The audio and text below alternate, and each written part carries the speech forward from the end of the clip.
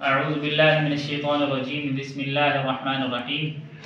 देखिए हम पढ़ रहे हैं मखरिज, ठीक है। जो हम चार सुतून पढ़े थे ना तजवीद के, पहला सुतून था मखरिज, जहाँ से खारिज होता है हरफ, मखरिज को पहचानना, उसकी सिफात को पहचानना, हरफ की जो है ना उसके दो हरफ मिल के आ जाएँ, उनके ऊपर जो असूल होते हैं उस असूल को पहचानना, हमारे उस्ताद से सीखना, उसकी मशक करना। ये चार आपने चीज़ें याद रखनी है, चार सुतून है।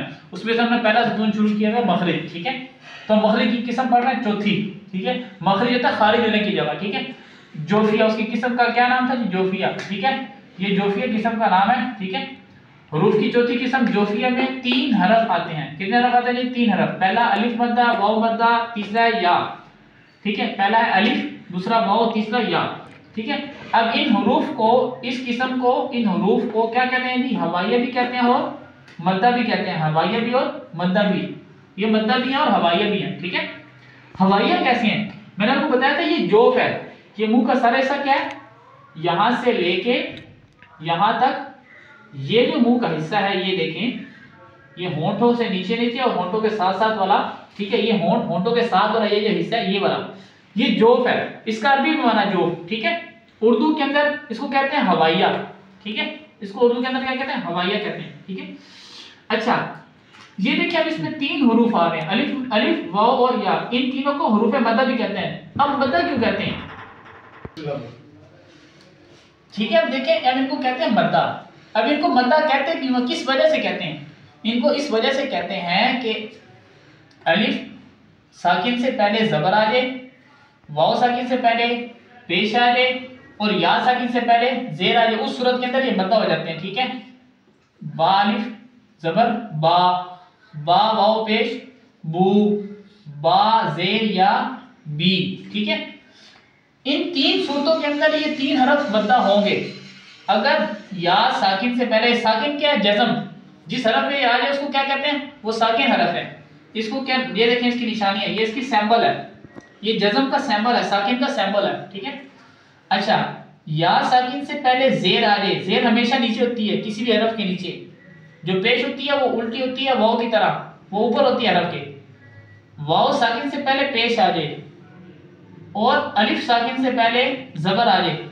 अगर वाव साकिन से पहले पेश नहीं आएगी या जेर आ जाएगी, उस सूरत के अंदर ये वाव मद्दा नहीं होगा। उस सूरत के अंदर ये वाव मद्दा नहीं होगा, वो वाव दूसरा होगा, वो मैं आपको बाद में बताऊंगा वो कौन सा वाव होगा। वाव साकिन से पहले पेश आ जाए फिर वो वाव मद्दा होगा, या साकिन से पहले जेर आ जाए फिर वो या मद्दा होगी। अगर जा या साकिन से पहले जेर नहीं आती तो वो या मद्दा नहीं होगी, ठीक है। ये देखिए मैंने लिखा हुआ है, अलिफ साकिन से पहले क्या आ जाए जी? जबर आ जाए। वाव साकिन से पहले क्या आ जाए? पेश आ जाए। या साकिन से पहले क्या आ जाए? जेर आ जाए। उस सूरत के अंदर ये तीनों हरफ मद्दा होंगे। इसके अलावा कोई भी सूरत आ जाए तो वो हरूफ मद्दा नहीं होंगे। कोई भी सूरत आ जाए पूरा पाक के अंदर कोई भी सूरत आ जाए वो मद्दा नहीं होंगे, ठीक है। दूसरी चीज आप पढ़ने लगे दांतों की अकसाम और नाम। दांतों की अकसाम कितनी है? दांतों की वैसे सारे मुंह के जितने के अंदर 32 दांत हैं। कुल कितने दांत हैं जी? 32। सबको दांत हम कहते हैं, लेकिन हम उनके अंदर तकसीम कर देते हैं। जो छोटे दांत है ना उनको हम कह देते हैं दांत। वो कितने हैं जी? 12 छोटे दांत हैं, ठीक है। और जिसके अंदर दाढ़ें आती है, जो बड़े दांत हैं, वो कितनी है जी? 20, ठीक है। 20 दाढ़ें हैं, ठीक है। इनको कहते हैं प्रेमोलर और मोलर इंग्लिश के अंदर, ठीक है। और जो दांत है वो टोटल है 12, उनको हम कहते हैं टीथ। ओवरऑल सबको हम क्या कहते हैं? टीथ कहते हैं, दांत। लेकिन उनमें तो पार्टीशन जब करेंगे तो उसको हम कहते हैं जी कि को क्या है? मोलर है, प्रीमोलर। प्रीमोलर और मोलर ये दोनों नाम है, ठीक है। उनमें अगर फिर पार्टीशन हो जाएगी। ये दाढ़ें हैं, ठीक है, वो 20 हैं, 20। और दांत है वो 12 हैं, वो टीथ हैं, ठीक है। वो 12 दांत हैं, 12, ठीक है। तो अब उसके नाम क्या है? वो नाम हम इंशाल्लाह कल पढ़ेंगे, वो मैं आपको बताऊंगा कि नाम कौन कौन से हैं और दाढ़ें कौन कौन सी हैं। अस्सलामु अलैकुम व रहमतुल्लाहि।